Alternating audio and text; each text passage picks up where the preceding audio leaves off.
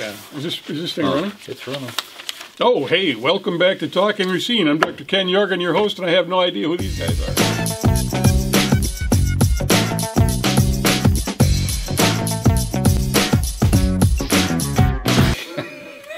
Your name, sir? Figure it out sometime. George, I believe, right? Yeah, George, that's the Myers. right. George Myers. Yeah, that's right. Glad to meet you, Yeah, Doc. it's good to see you again. And our producer, the guy who's responsible for this show, Mr. Jim Spodek. He's the guy we blame. Huh? We're all in this together. Well, we got a good one for you tonight. It's based on the City of Racine's fiscal condition, an independent third-party analysis, and it is titled "Living Within Its Means." I think that means that you don't spend more than you got, pretty much, isn't it? Right. Yeah. Well, it turns out that we're not doing that. We're not No. spending more than we have. That's the basic problem being. But we presented already in the spent thing. more than we had a long time ago for quite a number of years, and we're like deeply in debt, like to the tune of $97 million, is it? 98? Somewhere around there. Yeah, Yeah. somewhere around the 100 million mark. Yeah. Quite a bit. And, the analysis that these people came up with was not all that rosy. No. No, I think this is the first time I can actually say that something came out that is actually pretty much spot on. I mean, there's a few things in there I question, but not to any big, large degree. One of the cute things they did was off in the side of several pages, they'd have individual features of a city, and they put a traffic light in there to indicate whether it was like good. That was signified by green. Yellow is kind of like, a little dicey. Red, things are not looking real good. You better start paying attention to this right here. It could be trouble. So there were a total of, let's see, 3, 8, and 4 more is a dozen. A dozen different little pages like that. 4 of them were red. 5 were yellow. 1 was yellow-green. Somewhere in between. It was like, it's okay, but you really should take a close look at this. 2 of them were green, and basically the green ones were the bills that you got coming on are going to be covered by the money that you got on hand, which is not really much of a prediction about how things are going to go in the future. It's just an assessment of how things are right now. Like right now, you don't have more bills than you have money to pay them. But, all other things considered, that situation might not last. But you're working paycheck to paycheck. That's what you're doing now. There's nothing. Basically. Matter of fact, you got a lot of debt, and you're working paycheck to paycheck. That's the City of Racine. And you got to find a way to pay your credit card every month. That's it. And if something happens, like the wheels come off the bus, well, you don't have any spare money sitting around. Well, I guess that's what the reserve fund is all about. Well, the reserve fund is, they want that to be, I think by state statute, it has to be 20% of your annual budget. That was what we were told a year ago. Right, and Racine has been keeping its reserve fund at above 25%, but it wasn't that long ago that they decided to take it down to 25% by tapping into that reserve fund for about $4.1 million. For raises, for employee raises. Yeah. Which we covered on episode 32. Go back and watch 32, but we do have a clip that we could play. We can get to that. We can get to that later. All right. Yeah, that's fine. But some of the things that we're facing right now in our city is a population that's declining, a high poverty rate of 21.9%, which I believe that's the highest in the state for a city this size. Mm-hmm. The S&P 2017 rating, Standard & Poor's, which is a kind of a standard of the economics industry. Financial evaluating company, right? Yeah. They got us rated as very poor. Unemployment has been high for years. It's either 1 or 2 every year. We got a high poverty rate. Services have been going down. There's been a reduction in services. Right. And we got a high incarceration rate. Other than that, things look pretty good. Well, there's one other one I think you left off the list, that our taxes have been going up considerably. Yeah. Oh, yeah. Well, high taxes. Right.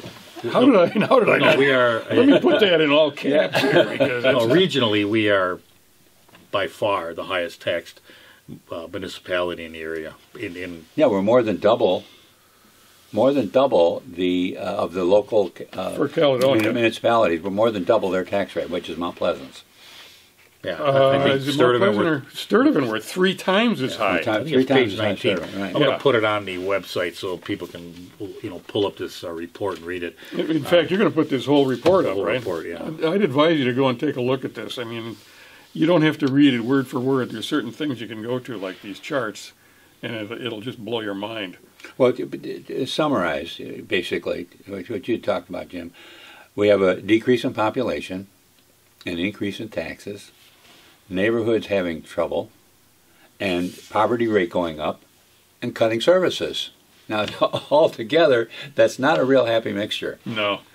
Decrease in population, that means fewer people paying for the city, yet taxes are going, well, they have to go up. Yeah. They have to go up because there's There's fewer less people people paying paying, for it. right. And then, of course, then you throw in the problem with the neighborhoods in trouble, and you've got, and the increase in poverty. What are we're very high in that. You know what we need? We need an arena. We Yeah, need, that's what we we need an missed. event center. Yeah, that would save it. Yeah, that would turn Hockey. everything around. Hockey. Hockey, that's the key sport. I mean, Yeah. if there's one thing that was glaring out of this report was that arena was the dumbest thing that could have ever been even proposed. There is one thing in there on page, I believe it's 45. They actually said, an event center or an area where there could be some kind of gathering place. Would be. It was. I don't know. how they Should we pronounced put it in their words? But it was. Yeah. I mean, you got it that's right. highlighted in Yeah. pink here. I just had a. Arguably, the region needs a vital city center that contains the cultural and entertainment amenities and urban lifestyle that will be critical to attracting talent. Yet our analysis suggests that city government's ability to maintain those amenities and an attractive urban core will come under increasing duress. It ain't going to get any easier, is what they're saying. Yeah, in other words, it'd be nice to put it up. It might have some good effects, but it's Might. going to be very, very difficult to keep it going. And here's another interesting thing that it contradicts that. This came out of that report. Doc, you talked about those red lights. Yeah. One of them, it was a red light, was long-term debt. Right. Yeah. That arena would have increased our long-term debt by 50%. In other words, we had around 100 million. That was going to be more than 50 million. So we were adding an incredible amount of debt to our already, according to them, red light about that. So yeah, it might be nice to have something like that, but the thing is, we can't afford it, which Can't was the afford it. title of this report, Living You Beyond Our cannot Means. afford any of this stuff. All this stuff, Machinery Row, the millions of dollars lost there. When you read this report and the dire straits that the city is in financially, and the neighborhoods that have taken major blows, your streets, your alleys, the condition of all of that, combine all of that, and then you're going to go build an arena or some machinery with tax dollars. I have nothing wrong with developer coming in and building, but you're not going to have that with the conditions of the neighborhoods and the down and this incarceration rate we have, which spurs more poverty. I mean, we're in a vicious cycle that has to we have to break, and you're never going to pull out of this. Well, the thing with the arena was, it was a good idea on one level. If somebody were to come in and build an arena there, great. We might come down there and play some air hockey or something. But the fact that no one would come and do that was evidence that it wouldn't pay for itself. It was going to be taxpayer funded, and it wasn't going to achieve what it needed to achieve. What the city council kept saying, or the RDA kept saying, was, well, we're gonna plan all this, and then somebody's going to come in and they're going to want to build it, and if nobody else wants to build it, well, we can do it. We've got the money to do that. We can scrape it together if we have to. Well, it became real apparent that we were going to have to if this thing was going to happen. And we looked at other arenas around the country, other event centers, and they were not making money the way these guys were predicting this one would. And there was no reason to believe that this one would. So eventually it was going to be out of your pocket and our pockets. And everybody said, no, we don't want to do that. Unfortunately, most people knew that. And Yeah. when it came up in that mayoral election, How did right they across find the that board. out? How did they figure that out? Knock the doors and talk to people. That's right. Whoa, this is not again, a popular even subject. at the end there, we had a number of aldermen who voted for that arena. Yeah. These folks never look at the budget. We talked about this a year ago. Back to 32, I keep going back to. We were stressing the fact of that debt and the amount of this cycle we're in, that you can't come out and pull $50, $60 million out of a budget that's not there, and it goes over and over. Precarious position the city of Racine is, the overtaxation. I mean, it goes on and on and on in this report.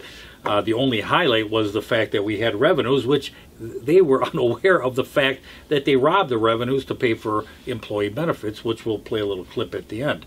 But well, speaking of employee benefits, one of the things that's mentioned in here is the unfunded liability for retired employees' health care. right, $500 million is what they estimate it's going to cost eventually, increasing by $500,000 every year. correct. You know, that's what it's going to. The eventual cost is going to be a $500 million, but it'll go up in increments of $500,000 annually while that process is unfolding. And you know, that's unsustainable. It's Well, and they warn about that in this report. Saying Yeah. that is one of the things that could really put The us city in has big, serious offered trouble. extremely generous retirement health care benefits to its employees, paying 100% of premium costs for life for eligible employees who retired before 2007. Action by the city leaders reduced that percentage to 90 to 95% for most employees who retire after that date. now there was a time when that made sense because the money was flowing. I mean, this was an industrial Well, powerhouse. I don't even know if it here. made sense back then, but you have to remember, when you negotiate that, who Well, negotiated? the money was around. I mean, there It was better. it was- You were yeah. in better shape. Well, we all remember that economy was booming. Yeah. 2007, it took a dump. Mm-hmm. But you have to remember, who's negotiating that? You got, and I believe it's the city attorney negotiates with the unions. Isn't he an employee? Yeah, I mean, who you benefit? Gee whiz, I benefit too. Yeah. How much negotiations really? Well, why do we being want to done there? argue about this? Right, let's You just guys take care want of it, all I of want that. it, Let's yeah. just all take care of it. Yeah, it's been a standard policy of the city that whatever the unions get, their non-union employers, Right. employees So also how hard get. are you going to negotiate? And yeah, you so know? it's the non-union employees that are negotiating with the union, but nevertheless, like you said, there's a conflict They of will interest also there benefit. because they know they will benefit. You know, They let the it's union coming say to a more. time where there needs to be some serious cuts, and you're going to have to look at some of those. And you know, we brought up the public safety, the safety. Well, actually, police officers. In this Well, report, public safety is a huge part of the budget. it is almost 80. Well, Well, it's just- it's a major reason for 44% existence. Yeah, 44% of the yeah. annual budget. Yeah, is- police and fire is the major reason for existence of the city government. You took those out, and people would say, "What do we need the rest of you for?" Yeah, You know, so you pretty start much. with that, and then now you've and so that's expected. But that is a huge part of it. I'll put it up, but it's per thousand residents in the city of Racine, we have 2.5 sworn officers. Kenosha has 2, and then it goes to 1.7 Green Bay, 1.6 in Janesville, Appleton, and Oshkosh are 1.5. We are the highest again, and we have the highest officers. Now again, we also have the highest incarceration rate. So this fits together with that. Then we have the highest poverty rate because you're taking fathers out of those families, which create a poverty situation in that family. Well, And it also it's just- creates a dysfunctional family. I mean, that's one of the things that psychologists have talked about for years, Yes. is the importance of a father And now- in a family Which situation. creates more poverty. Which is the creates point. the Yeah. cycle of poverty. So you have this cycle going where you're creating your own And you're paying for it. morass. Yeah, And yeah. you're actually paying for this. Yeah. So, I mean, there are some things you could do. Now, I know we're going to talk about a whiteboard at some point. We want to do some of this breakdown on some of these numbers on a Yeah. whiteboard. Yeah. But we have created and paid for. We are, as far as I'm concerned, we're paying for poverty. We've incarcerated at an extremely high rate, which does create jobs, but it also creates the poverty, which creates people that aren't able to get jobs. And now they're talking at Foxconn is going to bypass Racine for employment of people that they had hoped would get the job because of the dire poverty that's here and the unskilled labor that they can't draw from Racine. Yeah, I think So- that was just in the Journal Sentinel, It was. I believe today, wasn't it? Yeah. Yeah, Yeah. we talked So- about that. I mean, it's a we're, bad we're, cycle. we're building our own demise. Yeah, we really are. Well, we're paying good money for it, so we're going to have a good demise. I mean, and we're not even getting into the thing Gold-plated of demise. just try and start up a business in this town. Try to Yeah. do something about poverty with new businesses. And boy, you got this big steel wall right there called a bureaucracy. Yeah. Yeah. With this great big huge. So we are really we are in a bad cycle, and to break that cycle, I'd like to kind of you know, we always talk about what's wrong with the system. I'd like to kind of throw a show here where we can talk about some of the things. Well, there's lots of things we can do. We've There is talked about those too. But I'd like to do a show on that. I'd like to do Just a on show that? on just on the things that could be done, that we don't have to keep continually going in debt and creating these big, grandiose developments that's going to save the day, the silver bullet. Oh. You know, I think we can do some. I think, just offhand, we could get rid of that debt in about 5 years. Let's save $100 million in debt in about 5 years. Let's save that, George, because I got some ideas too. Yeah, because I mean, just get rid of the wasteful spending. We What are you guys going to do? Sell the lake? We We've already done that. They did that. we saw that in the last show. Remember where we had the boy with the alderman with the Boy Scout cap on, spending $900,000 on something that should have got away for like $50,000. Yeah. Well, exactly. I mean, you know, Exactly. it's there. We continuously It is waste it. such You're going to see $4 million in just a little bit. We're going to play a clip where you're going to see $4 million that went to giving bureaucrats more money, whereas it could have been used to pay off the debt. Yeah. Retire some more bonds. I mean, there's so much. There's so much that can be done. Our neighborhoods are suffering. I mean, when you go into this report and you look at the libraries cut, the public works is cut, the park and rec is cut. I mean, every department except the police, they increased. Now, there has to be some cuts at police and fire. And There's you just know, it no doesn't way have- around it. By the way, that can be relatively painless too. You just go with the retirement. There's 200 police officers. How many retire every year? You know, it's going to be a certain number. And 20 here's the other years, that'd thing. be 10 per year. You just not replace the ones that retire. And You know, I would like to know how much it costs to sustain the Canine Corps. I mean, the only thing that they're used for, really, is making mistakes. Well, no, they're Just kidding. for the most part. I shouldn't say the only thing that they're used for, because they do occasionally intervene if an officer is in trouble with a dicey situation. But by and large, what they're used for is sniffing out drug offenses. Yeah.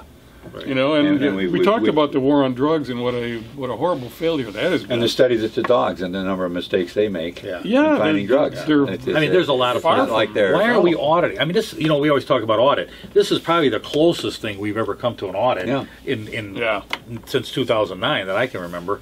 And it's an independent third-party analysis. Exactly. It was paid by the Johnson Foundation on Resilient Cities. They paid for this, and we should thank them for that.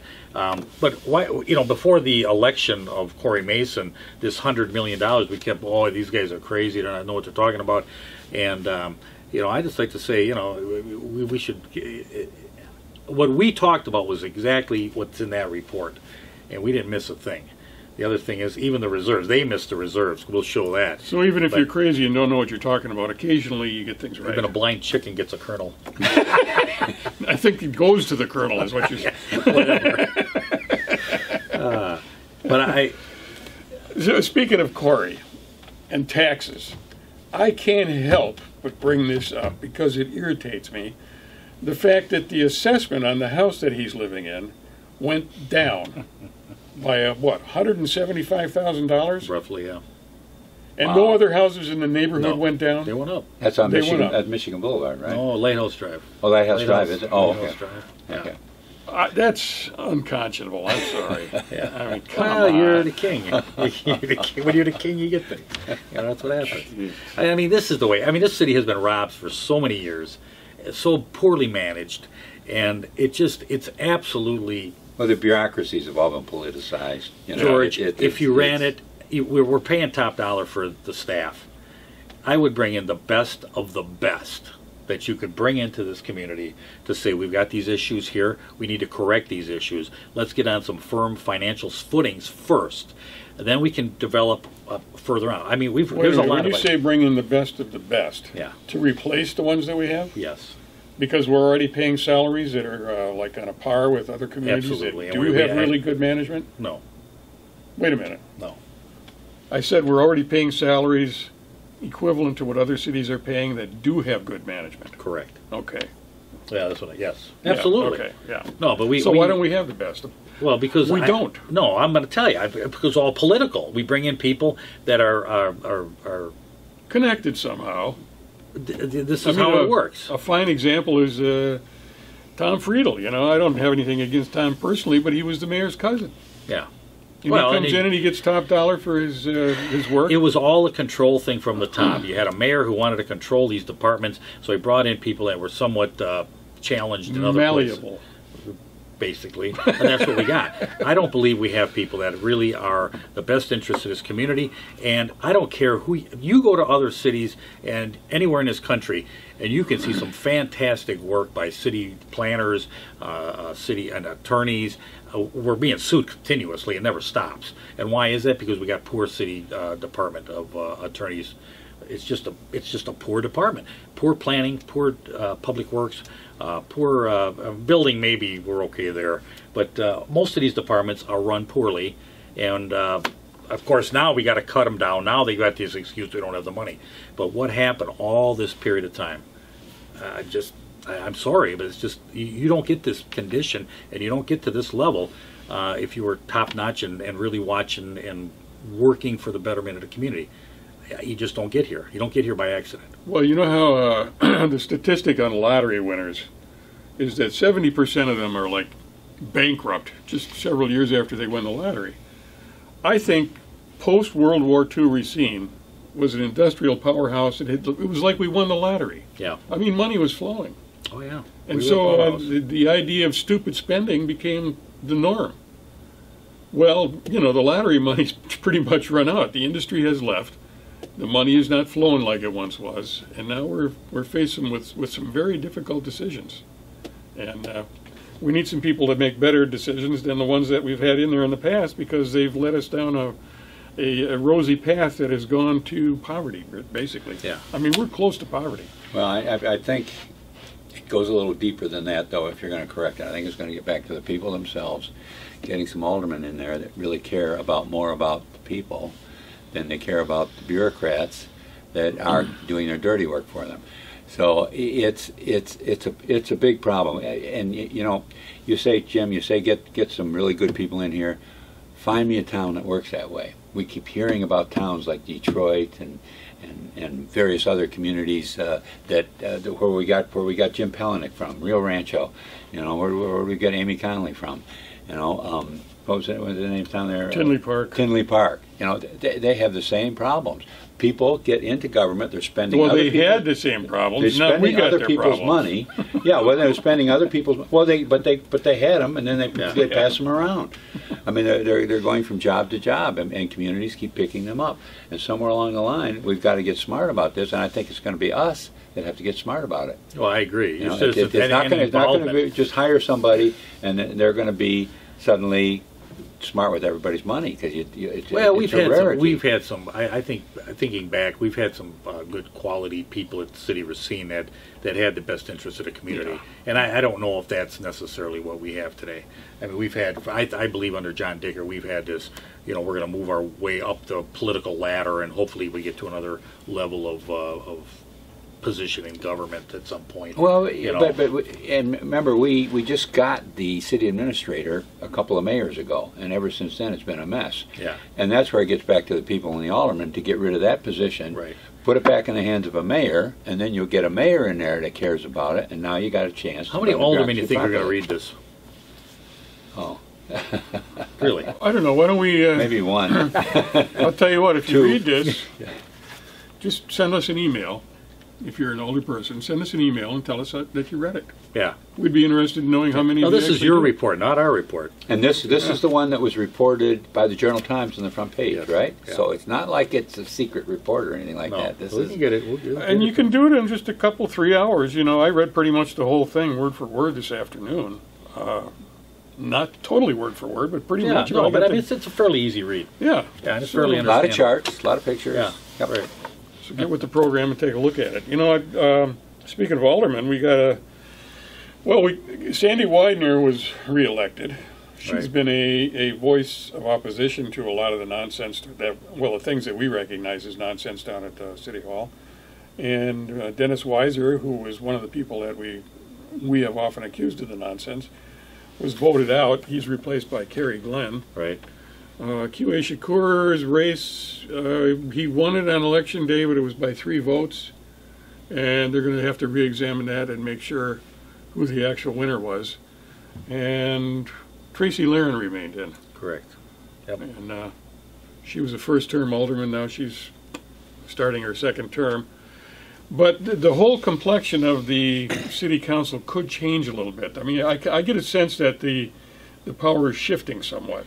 Yeah, I think there's a little bit more, maybe there's more discussion. I think that would be the important thing, that people, they can discuss some of the issues openly instead of just, nodding, which was, I think, they did for a number of years, Yeah, we've got, we calculated there's like 4 or 5 that are pretty solidly aligned, and we're not going to mention their names because it doesn't matter. It's just that the balance of power is shifting, and then there's other people who are like swing votes.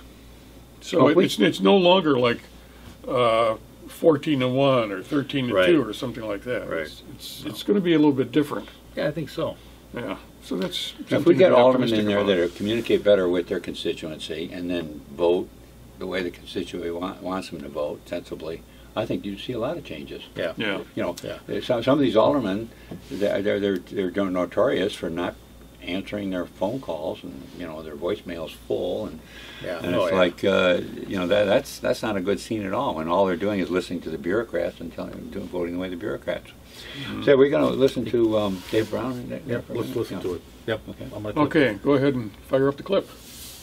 The reserve fund at the end of 2016, as you stated before, almost $7 million.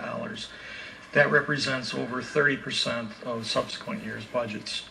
So our proposal is to take anything over 25%, which would be a little over $4.1 million, to put into the wage provision account. So that would leave the unassigned fund balance at 25% of subsequent years' expenditures, which is still 5% above our minimum level, which is 20%.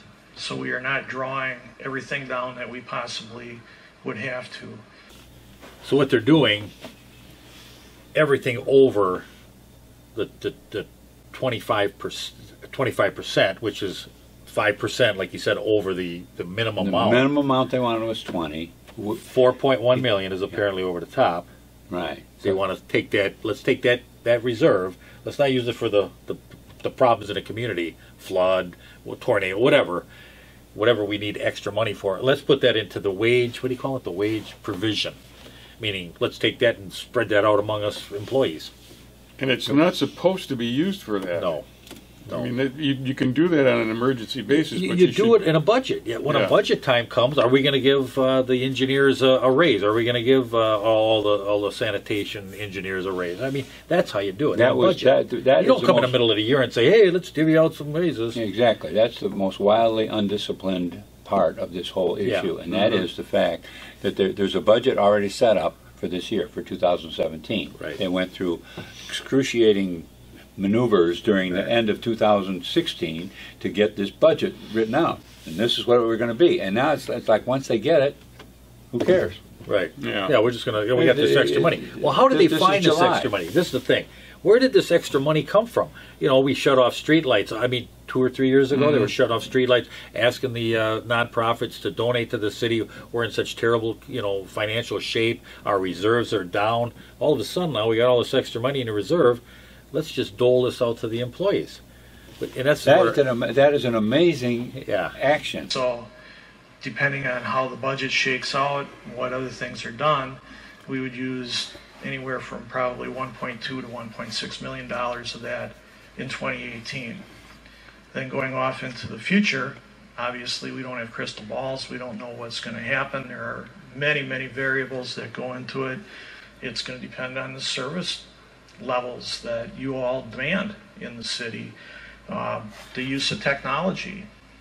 We talked about garbage service, using different trucks and cutting back on manpower.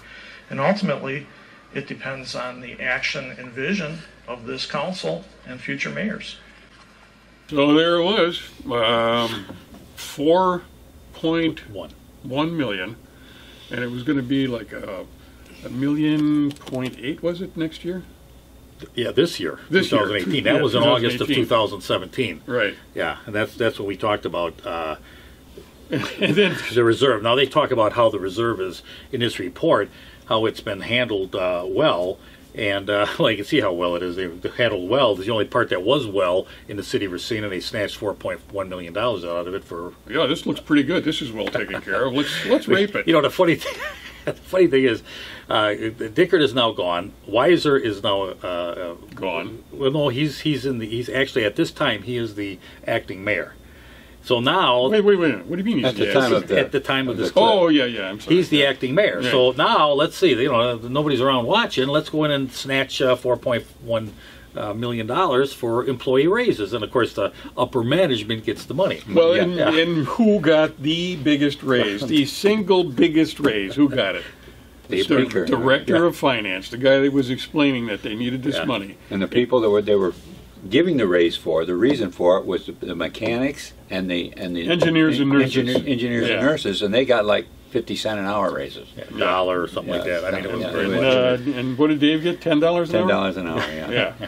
But this is what I'm talking about. 20 cents. When you talk about this now, I mean, you can't tell me you don't know the financial condition of your community and these unfunded health care and all the other things that are rolling around in that city, and you come in and snatch a $4.1 million that could have been done for. And I know you picked up on what he was saying there. I mean, it's like a million point something per year. Now they've budgeted 4.1 aside for that over the next few years. Yep. And then, of course, where's the money going to come from in future years? You can't take it out of that Nope. contingency fund again. And his response was, "Well, you guys will have to figure it out. cut You guys will services. have to cut services. You're going to have to figure out what level of services you want. You're going to demand from us, basically." And it's already happening. Yeah. In the bulky waste pickup, we used to get bulky waste every week. Whenever you needed Garbage, it. That's right. Now it's 4 times a year. And the latest change, which just occurred over the last couple of weeks, was no extra garbage bags now. You know, if you've got too many garbage bags out there, go hide them someplace. Bring them out next year, next week, and with property managers like myself, you know, when somebody leaves Yeah. a mess, half of the pickup is garbage bags. So now it's put the furniture out there in a garbage bag, get a truck You or get something. home ownership. You know, you got to get back in these neighborhoods, and that's something that's been neglected. We're going to build an arena. We're going to build Machinery Row. We're going to build all these $1 million projects. What about those neighborhoods? I mean, even with this pool that was donated, why is the pool out there? I mean, in Pritchard Park, and it's a fine area and all the rest. But you take where you need to have some community pride of ownership. We build it out here, but we don't think about that. The city of Racine near Horlick Field. What a great spot to have a pool. You Oh, no, we Horlick got a Field. prison over there. Yeah, but you got a prison. I mean, this is our mentality. So Yeah. you want to know how we got here? It's not all that hard to figure out. You know, you start connecting the dots, and this is how it works. So anyway, okay. So, well, coming up soon is going to be the whiteboard on Right. all of this stuff. We'll go through and we'll put the numbers up on the board, and you can see it on your television or your computer or wherever you're watching. And until then, have a wonderful day, and we'll see you soon. Thank you. Have a good one.